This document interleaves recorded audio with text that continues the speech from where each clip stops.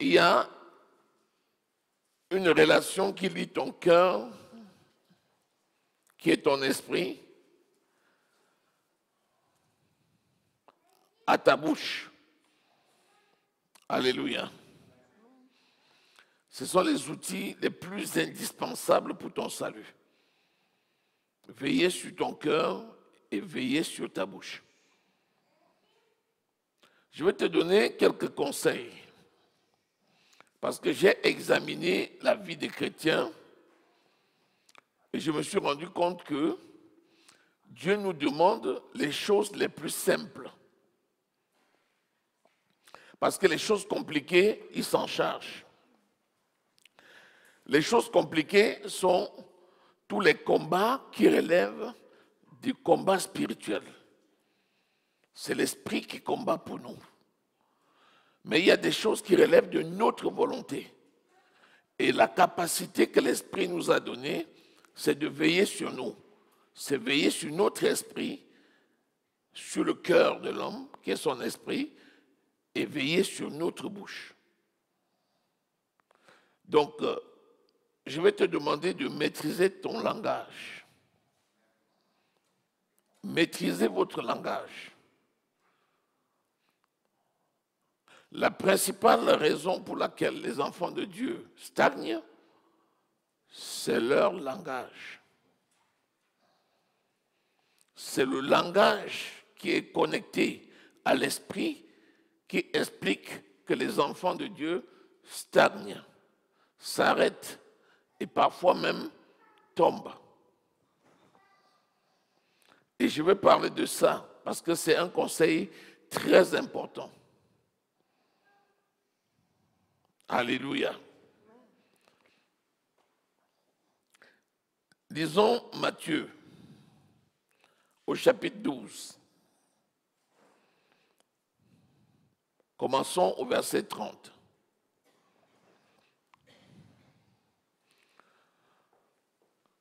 Allons-y.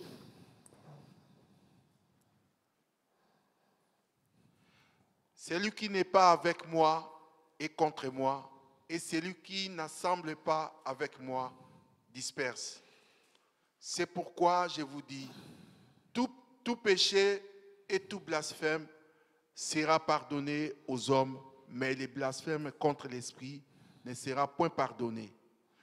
Quiconque parlera contre les fils de l'homme, il lui sera pardonné. Mais quiconque parlera contre les Saint-Esprits, il ne lui sera pardonné ni dans ce siècle, ni dans le siècle à venir.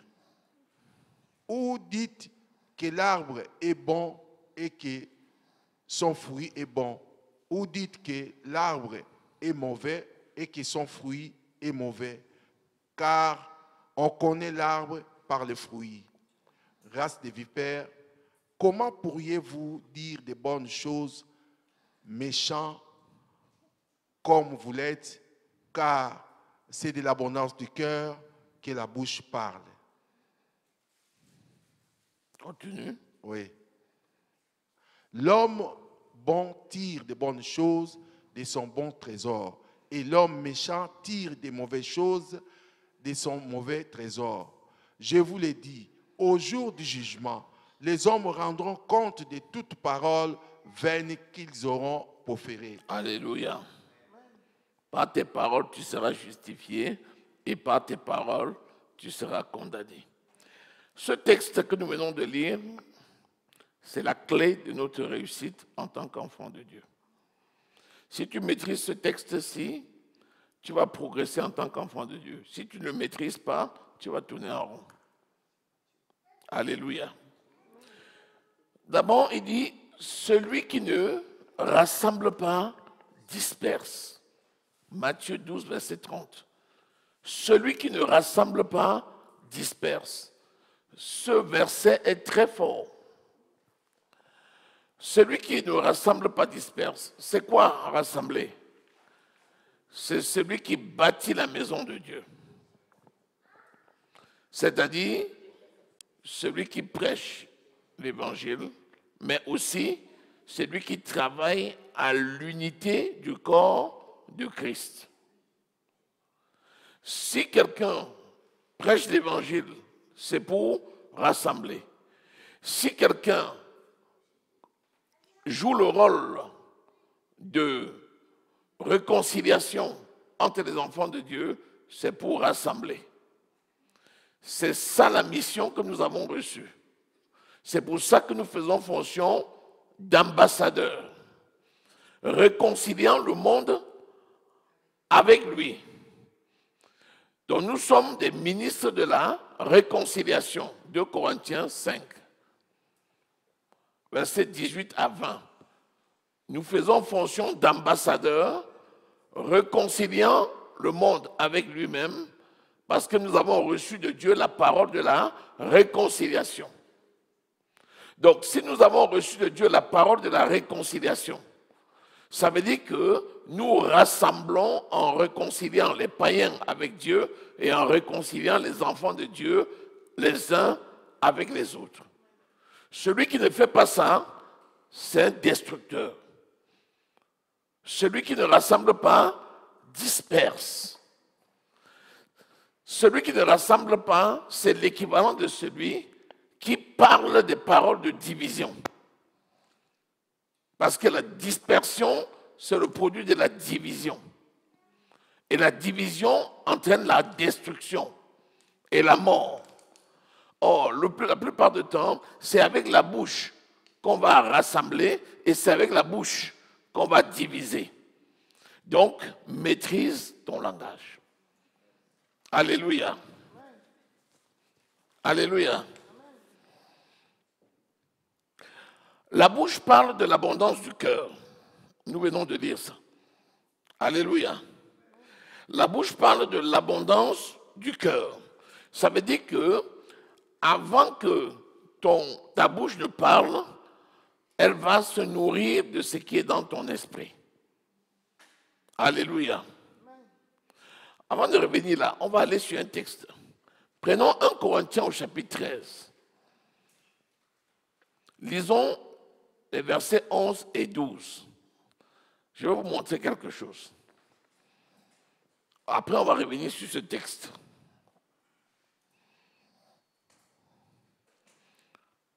« 1 Corinthiens 13. Lorsque j'étais enfant, j'ai parlé comme un enfant, j'ai pensé comme un enfant, j'ai raisonné comme un enfant. Lorsque je suis devenu homme, j'ai fait disparaître ce qui était de l'enfant. Aujourd'hui, nous voyons au moyen d'un miroir d'une manière obscure, mais alors nous verrons face à face. Aujourd'hui, je connais en partie, mais alors je connaîtrai comme j'ai été connu. » C'est le verset 11 qui m'intéresse. Ah. Lorsque nous étions enfants, nous parlions comme un enfant. Ensuite, je parlais comme un enfant, je pensais comme un enfant et je raisonnais comme un enfant. Je parlais d'abord, je pensais ensuite et je raisonnais enfin. Maintenant que je suis devenu grand, je raisonne d'abord, je pense et je parle. Les enfants parlent d'abord, après ils pensent et c'est enfin qu'ils raisonnent. Les grands analysent d'abord, ils pensent et ils parlent. Un enfant n'a pas la maîtrise. Ce qu'il a appris, il le dit comme ça. Un grand réfléchit, il analyse et il parle. C'est pourquoi la parole d'un enfant, c'est celui d'un enfant. Mais la parole d'un grand, c'est une parole sensée. Donc un grand doit sortir une parole qui édifie. Un grand, un mature ne parle pas comme un enfant.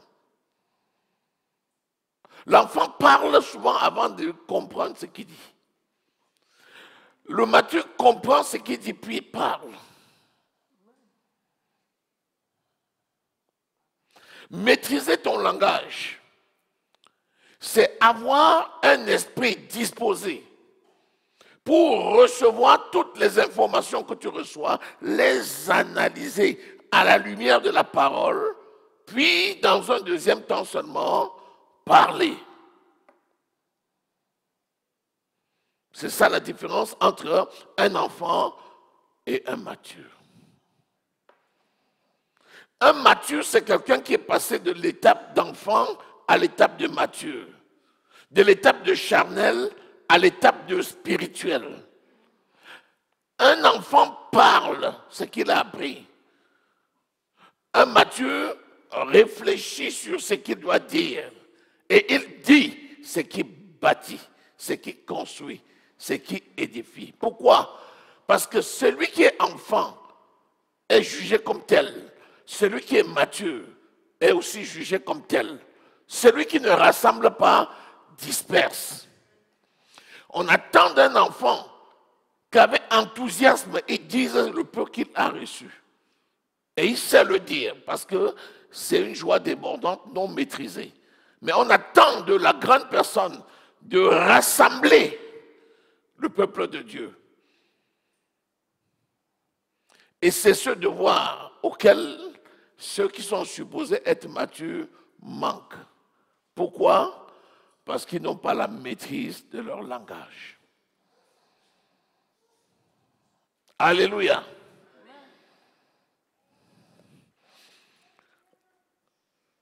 Le verset 13 nous dit, maintenant donc, ces trois choses demeurent, la foi, l'espérance et la charité. Mais la plus grande de ces choses, c'est la charité. Donc, une personne mature, c'est quelqu'un qui va exercer la charité, l'amour agapé. Et l'amour agapé, vous connaissez ses caractéristiques. Est-ce que nous sommes là? Revenons au texte que nous avons lu tout à l'heure dans Matthieu. Beaucoup de personnes dans l'Église, malgré le temps qui passe, ne se comportent pas comme des gens matures. Ils continuent à parler comme des enfants. Ils parlent avant d'analyser ce qu'ils disent. Et ils disent des paroles qu'ils ne maîtrisent pas. Et ces paroles, souvent, malheureusement, détruisent. C'est ce qui explique que beaucoup de gens dans l'Église n'arrivent pas à grandir. Disons, je reviens, Matthieu, au chapitre 12.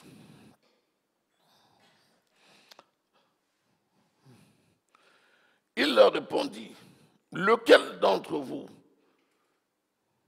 c'est ça?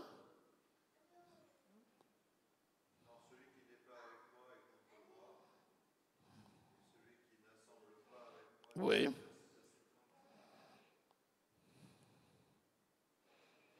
Matthieu au chapitre 12. Oui. Voilà. Donc, il dit, celui qui n'est pas avec moi est contre moi, celui qui n'assemble pas disperse. C'est pourquoi je vous dis, tout péché et tout blasphème sera pardonné aux hommes, mais le blasphème contre le Saint-Esprit ne lui sera point pardonné. Après, on nous dit, quiconque parlera contre le Fils de l'homme, il lui sera pardonné, mais quiconque pardonnera contre le Saint-Esprit, il ne lui sera pas pardonné, ni dans le siècle présent, ni dans le siècle à venir. Au verset 35, il dit, l'homme bon tire de bonnes choses de son bon trésor, et l'homme méchant tire des mauvaises choses de son mauvais trésor. Je vous le dis, 2 points, au jour du jugement, les hommes rendront compte de toute parole vaine qu'ils auront proférée. C'est la parole de Dieu qui va, c'est la parole de l'homme qui va le condamner, ou c'est la parole de l'homme qui va le justifier. C'est pourquoi,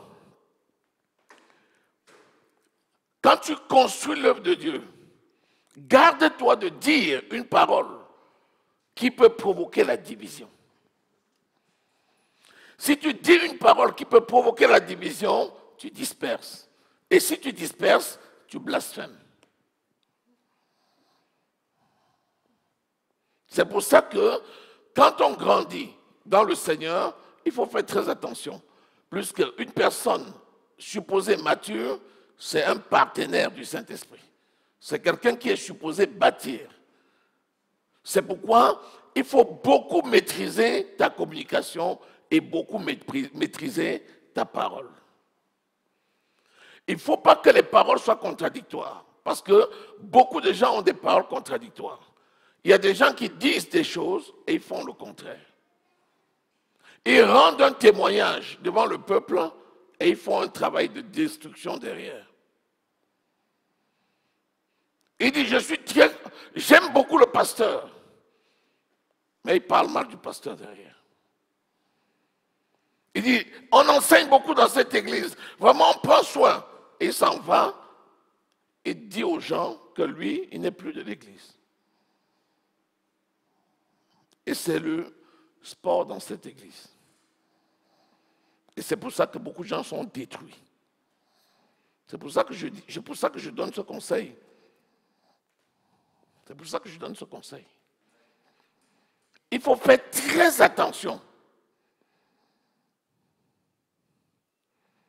Il faut faire très attention parce que un enfant de Dieu, et notamment une grande personne qui est née dans le Seigneur, c'est un trésor inépuisable. Si tu peux connaître le potentiel que tu as en tant qu'enfant de Dieu, c'est énorme. Parce que par une parole, tu peux sauver une vie. Mais par une parole, tu peux détruire une nation. Alléluia. Alléluia. Alléluia. La Bible dit que c'est au fruit qu'on connaît l'arbre. C'est à la parole de quelqu'un que tu peux deviner qui il est. C'est dans ses actions que tu peux savoir qu'il est bon. Un enfant, parfois, on dit qu'il n'est pas cohérent. Il dit un truc, il fait parfois le contraire, parce qu'il est un enfant. On lui dit non, c'est pas bon, change. Fais ce que tu dis. Et il apprend. Dès qu'on devient grand, on attend de toi de faire ce que tu dis. Alléluia. On attend de toi de faire ce que tu dis. Celui qui ne rassemble pas disperse. Je vous disais tantôt, les programmes personnels de chacun sont aussi un signe de la maturité personnelle et de l'engagement personnel avec Dieu. Mais les programmes personnels qui télescopent avec le programme général ne viennent pas de Dieu. Et c'est ça qu'on appelle disperser. Souvent, les gens ne se rendent même pas compte. C'est ça qu'on appelle disperser. On a une semaine de jeûne et prière. Nous jeûnons ensemble, nous prions. Il y a une onction qui s'attache à ça. Si quelqu'un fait un programme parallèle, il faut qu'il soit mature. Parce que s'il fait un programme parallèle et qu'il mène les deux correctement, il y aura beaucoup de bénédictions qui vont s'attacher à ça. Puisqu'il a réussi à faire le programme de groupe et à côté, il a mené à bien un programme personnel. Mais si son programme personnel devient une alternative au programme du groupe, il disperse. Il faut faire très attention. Il faut, je ne sais pas, dans les églises où vous avez 2000, 4000, 5000 membres, ils s'en foutent. Ils ne voient même pas, tu viens pas. On s'en fout. Quand vous allez dans une église où on sort à 6 heures du matin, on s'aligne pour trouver une place. Tu viens, c'est pour toi. Tu ne viens pas, c'est pour toi. Le prédicateur ne sait même pas si tu es venu ou si tu n'es pas venu. Le suivi, il n'y a pas. Il y a la masse. Mais là où il n'y a pas 2000, 3000, 4000 personnes, il y a un suivi. Et dans ce suivi-là, soit tu es là et tu joues ta partition et l'ensemble de la musique est bonne et tu contribues à faire grandir, soit tu joues ta gamme à côté et tu joues un autre son et tu détruis. Et c'est grave. C'est grave. Il y a des tout petits signes comme ça.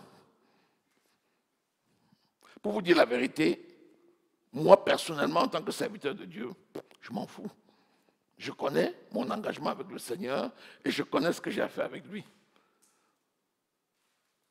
L'intérêt que j'ai, c'est de voir les gens grandir et évoluer, chacun pour son compte, dans la communauté et servir Dieu.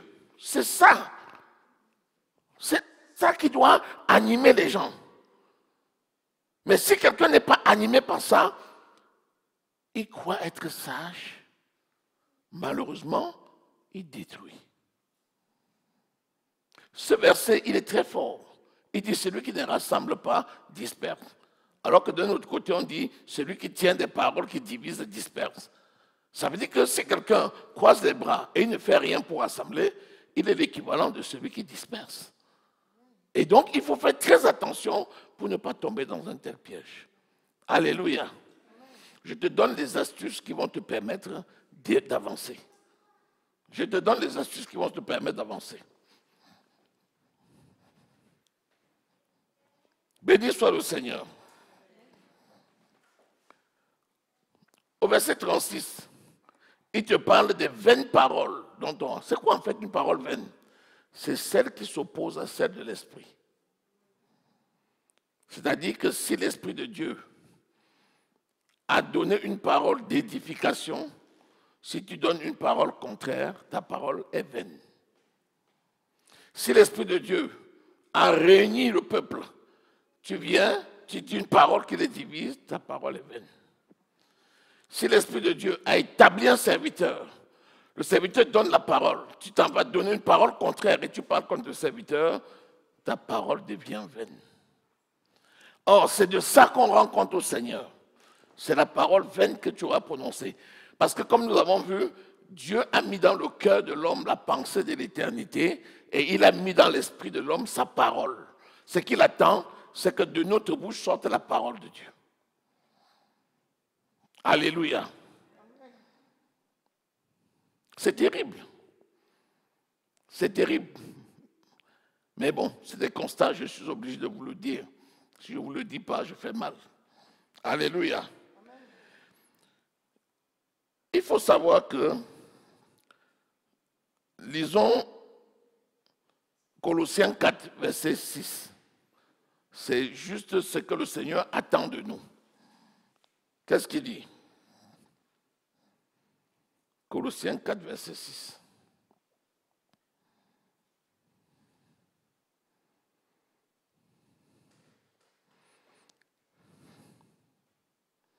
Que votre parole soit toujours accompagnée de grâce, assaisonnée de sel, afin que vous sachiez comment il faut répondre à chacun. Voilà.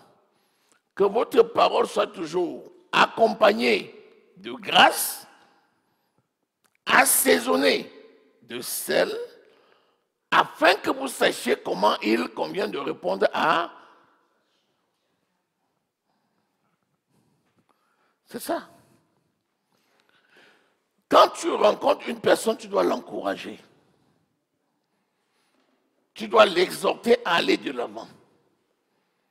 Tu dois l'encourager à être présent.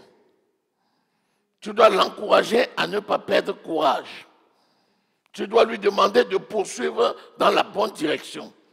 C'est ça que Dieu attend de ses enfants. Mais dès que tu commences à dire une parole qui va dans le sens contraire de ça, ta parole devient vaine. Alléluia. Alléluia.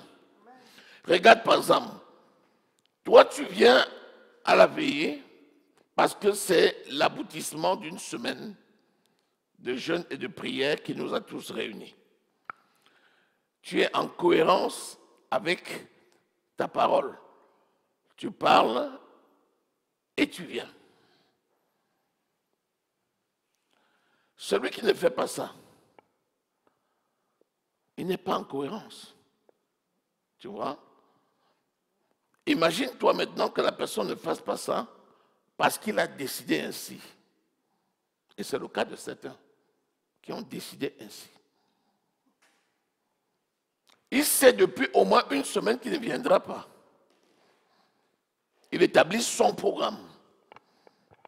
Et il te dit qu'il va venir. Quelqu'un comme ça, qu'est-ce que tu veux qu'il rende compte à Dieu en temps convenable? Puisqu'on nous dit qu'un jour nous allons rendre compte. Quand le Seigneur va lui poser la question, la personne va faire comment? Dites-moi. Dieu connaît toutes nos actions. Et c'est écrit dans Ecclésiaste que tout est écrit dans les livres de souvenirs. Même Malachie au chapitre 1er dit qu'il y a les livres et tout est écrit dans les livres de souvenirs. Donc toi, reste cohérent. Alléluia. C'est la seule chose que Dieu attend de toi. Sois cohérent. Amen.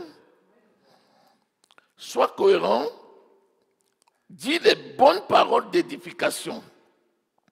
Accompagne ta parole du sel. La Bible dit que nous sommes le sel de la terre, la lumière du monde. Ça veut dire que nous sommes donnés pour transformer notre environnement. Transforme ton environnement. Veille sur toi et sur ta maison. Veille sur toi et sur tes enfants. Veille sur ce que le Seigneur t'a donné. Alléluia. Donne-leur des paroles d'encouragement. Et toi-même, veille sur tes actions pour qu'elles soient conformes à ta parole. C'est la seule chose que nous pouvons faire si nous voulons laisser l'Esprit s'épanouir en nous pour nous conduire dans un succès absolu. Alléluia. Alléluia. Il faut éviter les paroles mensongères, puisqu'on parle des paroles. Il faut éviter les paroles grossières. Il faut dire les paroles d'édification. Il ne faut pas se mettre trop de pression. Alléluia. Ne te mets pas trop de pression. Fixe-toi des objectifs très simples. Je suis membre du corps de Christ. Je demeure un encouragement pour le corps. J'appartiens à une communauté. Je fais grandir la communauté. Je sers mon Dieu et je suis heureux. Tu te fixes juste cet objectif. Tu n'es pas là pour révolutionner le monde. C'est le Saint-Esprit qui est en train de faire le travail. Alléluia. Est-ce que nous sommes là? Est-ce que nous sommes là? Lisons Romains 16, verset 17. Celui qui ne rassemble pas, disperse. Celui qui ne rassemble pas, disperse. Qu'est-ce que Romains 16, 17 dit? Je vous exhorte, frères, à prendre garde à ceux qui causent les divisions et des scandales, au préjudice de l'enseignement que vous avez reçu. Éloignez-vous d'eux, car de tels hommes ne servent point Christ, notre Seigneur, mais leur propre ventre. Et par des paroles douces et flatteuses, ils séduisent le cœur des simples. Par des paroles douces et flatteuses. Une personne qui ne rassemble pas ne fait pas attention à ce qu'il te dit.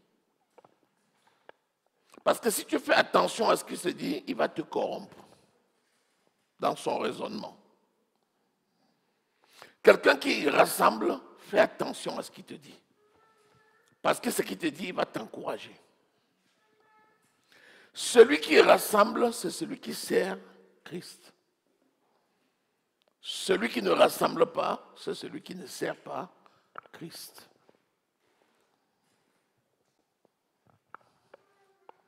Et beaucoup de gens ne servent pas Christ. La Bible dit qu'ils servent leur propre ventre. Alléluia. Alléluia. Donc, servons l'Éternel notre Dieu de tout notre cœur, de toute notre force. Alléluia. Alléluia. Attachons-nous ensemble au programme pour faire avancer l'œuvre, ensemble. Travaillons à ça. Encourageons les autres.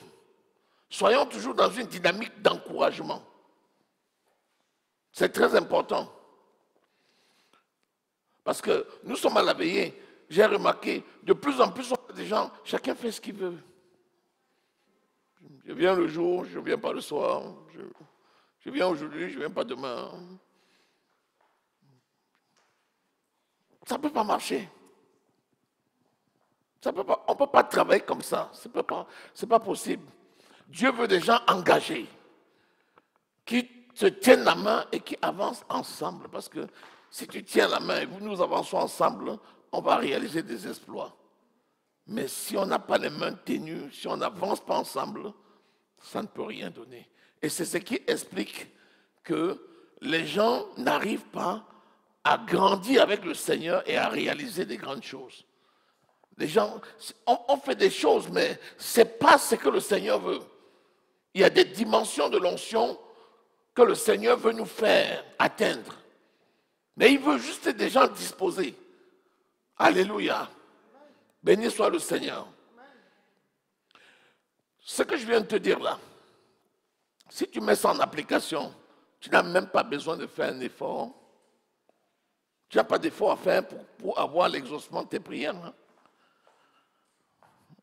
Tu n'as pas d'effort à faire. Tu n'as pas d'effort. Si cette parole est mise en pratique, le Seigneur sait déjà ce dont tu as besoin avant même que tu ne demandes. C'est écrit. Donc, marchons dans l'unité, bâtissons l'œuvre de Dieu, maîtrisons notre communication, disons des choses qui construisent l'œuvre de Dieu, veillons sur le peuple de Dieu, et vous verrez que les besoins au quotidien qui nous tiennent tant à cœur, on n'aura même pas besoin de courir après. Le Seigneur donnera naturellement à chacun ce dont il a besoin. Alléluia. Arrêtons avec les voies compliquées. Passons aux voies les plus simples. Fais juste de l'Éternel tes délices et il te donnera ce que ton cœur désire. C'est fini le temps de se battre, de courir, de se fatiguer. Non. Vous voyez même le jeûne des prières là que nous faisons. En réalité, on ne jeûne pas pour obtenir quelque chose. Hein. Nous jeûnons pour exercer notre foi, avoir une relation et une proximité plus importante avec le Seigneur. C'est un exercice, c'est ça le jeûne. Ce n'est pas pour obtenir. Normalement, il nous a déjà dit qu'il connaît nos besoins et il nous donnera ce dont nous avons besoin. Donc la promesse est déjà faite. Normalement, une assemblée comme la nôtre, on ne manque de rien. Normalement, nous ne pouvons pas venir dans notre assemblée et on a un membre de l'assemblée qui souffre. Non, non, non, logiquement, non. Les ressources, Dieu a donné les ressources. Ce que Dieu attend, c'est un peuple qui s'unisse ensemble et qui travaille. Béni soit le Seigneur. Amen. Est-ce que quelqu'un a reçu quelque chose? Proverbe au chapitre 13. Il dit que celui qui reçoit la parole et qui a une bonne parole dans son cœur garde son âme et jouit du bonheur. Donc si dans ton esprit, tu reçois la parole de Dieu, tu préserves ton âme et tu jouis du bonheur. le bonheur que tant de personnes recherchent. Tu vas juste en jouir. Alléluia. Béni soit le Seigneur. Amen. Rappelez-vous Pierre. Vous savez, Pierre il a nié Christ. Mais après, 3 fois, après, il a eu tellement de remords. Et plus tard, il s'est repenti et il a été restauré. N'est-ce pas? Voilà. Vous vous rappelez Ésaü? Ésaü a perdu son droit d'aînesse à cause de la parole. Il est rentré du champ, il a dit à Jacob, ah, donne-moi la nourriture que je mange, qu'est-ce que je fais avec le droit d'aînesse? Il a parlé à la légère. Et son droit d'aînesse lui a été retiré. Alléluia. Parce qu'il a dit une parole légère. Rappelez-vous Hérode. Hérode a fait décapiter Jean-Baptiste à cause d'une parole légère. Parce qu'il avait dit à Hérodia, demande-moi ce que tu veux, je te donnerai. Donc il n'avait pas réfléchi avant de dire. Et après, il était pris par sa parole. Rappelez-vous le roi Nebuchadnezzar, au temps de Cyrus. Il a dit une parole simple, comme ça, concernant un érudit, et puis il fallait qu'il jette Daniel dans la fosse aux lions. Parce que la parole légère va entraîner les blessures. C'est pourquoi nous devons maîtriser notre communication pour adresser que des paroles assaisonnées de sel qui communiquent les grâces à ceux qui nous écoutent. Alléluia. Cet exercice-là, ce n'est pas que ici. Ça commence dans ta propre maison, dans ton environnement, et ça se poursuit ici. Amen. Ce que je te dis là, si tu mets ça en pratique, tu vas voir, comme on dit, ta vie va décoller, ça va décoller comme un avion qui prend son envol dans l'air. Alléluia. Amen. Alléluia. Amen. Alléluia. Est-ce que nous sommes là? Amen. Maîtrise ta parole. Et que ta parole parle de l'abondance de ton cœur. Dans le cœur, s'il y a des choses mauvaises, nettoie. Et ce qui est mauvais dans le cœur, souvent, c'est les rancunes. Regardez tout ce que le Seigneur fait au milieu de nous. Le Seigneur fait beaucoup de miracles. C'est déjà devenu même banal pour certains. Les gens sont tellement habitués à ça que ça ne les empêche pas de continuer à faire ce qu'ils ont l'habitude de faire. Non. Qu'est-ce qui explique ça? C'est le cœur. Il n'y a que le cœur qui peut freiner quelqu'un dans son élan. Pas le cœur de quelqu'un d'autre. Hein? Il n'y a que ton propre cœur qui peut devenir pour toi un obstacle dans la progression de ta marche. Et qu'est-ce qui est dans le cœur qui peut freiner? Les rancunes, l'orgueil, l'amertume. La rancune est beaucoup plus dangereuse que l'incrédulité. Parce que l'incrédulité, le Saint-Esprit va faire le travail. Si tu es incrédule, ta foi va grandir. Ce n'est pas un problème ça. Mais quand tu dis, on m'a tellement fait du mal que je ne peux pas pardonner, c'est fini. C'est que, non, on m'avait fait des choses, mais ce que tu m'as fait là, jamais je ne te pardonne. Quand tu dis ça, c'est fini. Tu viens de signer toi-même ton arrêt dans la marche avec le Seigneur. Jusqu'au jour où tu vas retirer cette parole-là. Lorsque quelqu'un t'a fait du mal, je dis bien quelqu'un t'a fait du mal, si tu gardes ça dans le cœur, tu deviens prisonnier. Et la prison dans laquelle tu es, elle est plus dangereuse que le monde dans lequel est la personne qui t'a fait du mal. Parce que dis-moi un peu, qui cicatrise les plaies? Il n'y a que Dieu seul. La personne même qui t'a fait du mal n'est pas capable de la cicatriser. C'est pourquoi il faut regarder au Seigneur qui pense les plaies à être sauvé. Il pense avoir fait contre le pasteur, mais en fait, il s'est attaqué au Saint-Esprit. Puisque c'est le Saint-Esprit qui produit tout ce qui se fait par la main du pasteur. Et c'est là le piège grave dans lequel il ne faut pas tomber. Maintenant, si quelqu'un a fait une action et que l'Esprit le pousse à la repentance, ça veut dire qu'il a encore la grâce.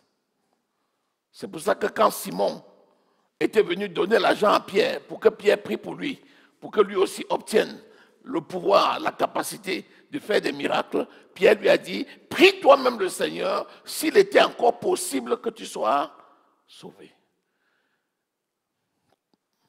C'est pour ça que je dis, il faut faire très attention. Et ça s'appelle l'hypocrisie. Lorsque tu donnes une apparence, alors que derrière, tu fais ce qui est mauvais, c'est l'hypocrisie. Tu décourages les gens, c'est l'hypocrisie. Tu disperses. Et quand tu disperses le troupeau de Jésus, mon ami, tu as ramassé un fardeau. Je ne sais pas si tu vas pouvoir décharger ça de ta tête. C'est pour ça que soyons des gens simples, tranquilles. Faisons juste ce que nous avons à faire pour l'œuvre de Dieu. Et le Seigneur va bénir son peuple. Donc voici le secret pour les enfants de Dieu. C'est ça le secret pour la croissance.